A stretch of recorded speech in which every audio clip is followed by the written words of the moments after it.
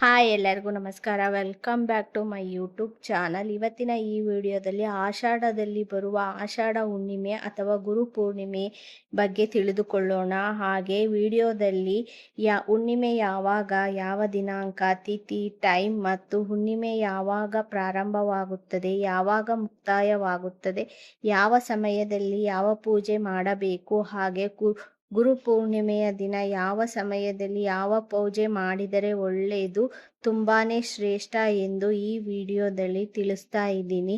ಮತ್ತ್ಯಾಕ್ ತಡ, ಬನ್ನಿ ಈ ವಿಡಿಯೋ ಸ್ಟಾರ್ಟ್ ಮಾಡೋಣ. ಆಷಾಢ ಮಾಸದಲ್ಲಿ ಬರುವಂತಹ ಹುಣ್ಣಿಮೆಯನ್ನು ಆಷಾಢದ ಹುಣ್ಣಿಮೆ ಅಥವಾ ಗುರು ಪೂರ್ಣಿಮೆ ಎಂದು ಕರೆಯುತ್ತೇವೆ. ಇವತ್ತಿನ ದಿನ ಗುರುಗಳ ಪೂಜೆ ಮಾಡೋದು ಅತ್ಯಂತ ಶ್ರೇಷ್ಠ ಎಂದು ಹೇಳಲಾಗುತ್ತದೆ. ಯಾವ ದೇವರು ಅಂದರೆ ಸಾಯಿಬಾಬಾ ದೇವರಾಗಿರಬಹುದು, ರಾಘವೇಂದ್ರ ಸ್ವಾಮಿಗಳಾಗಿರಬಹುದು, ಅಥವಾ ನೀವು ಪೂಜೆ ಮಾಡುವ ಯಾವುದಾದರೂ ಗುರುಗಳಾಗಿರಬಹುದು, ಯಾರಾದರೂ ಆಗಿರಬಹುದು.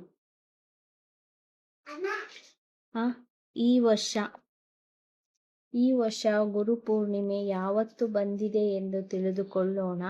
ಆಷಾಢದ ಹುಣ್ಣಿಮೆ ಅಥವಾ ಗುರು ಪೂರ್ಣಿಮೆ ಈ ವರ್ಷ ಜುಲೈ 29ನೇ ತಾರೀಕು ಬುಧವಾರ ಬಂದಿದೆ. ಇನ್ನು ಹುಣ್ಣಿಮೆಯ ತಿಥಿ ಯಾವಾಗ ಪ್ರಾರಂಭವಾಗುತ್ತದೆ,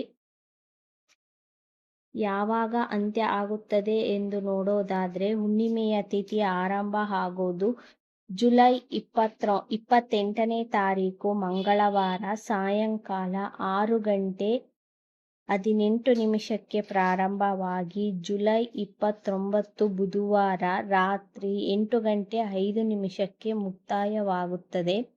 ಇಲ್ಲಿ ನಮಗೆ ಹೆಚ್ಚಿನ ಪ್ರಮಾಣದ ಹುಣ್ಣಿಮೆ ತಿಥಿ ಇರೋದು ಜುಲೈ 29ನೇ ತಾರೀಕು ಬುಧವಾರ.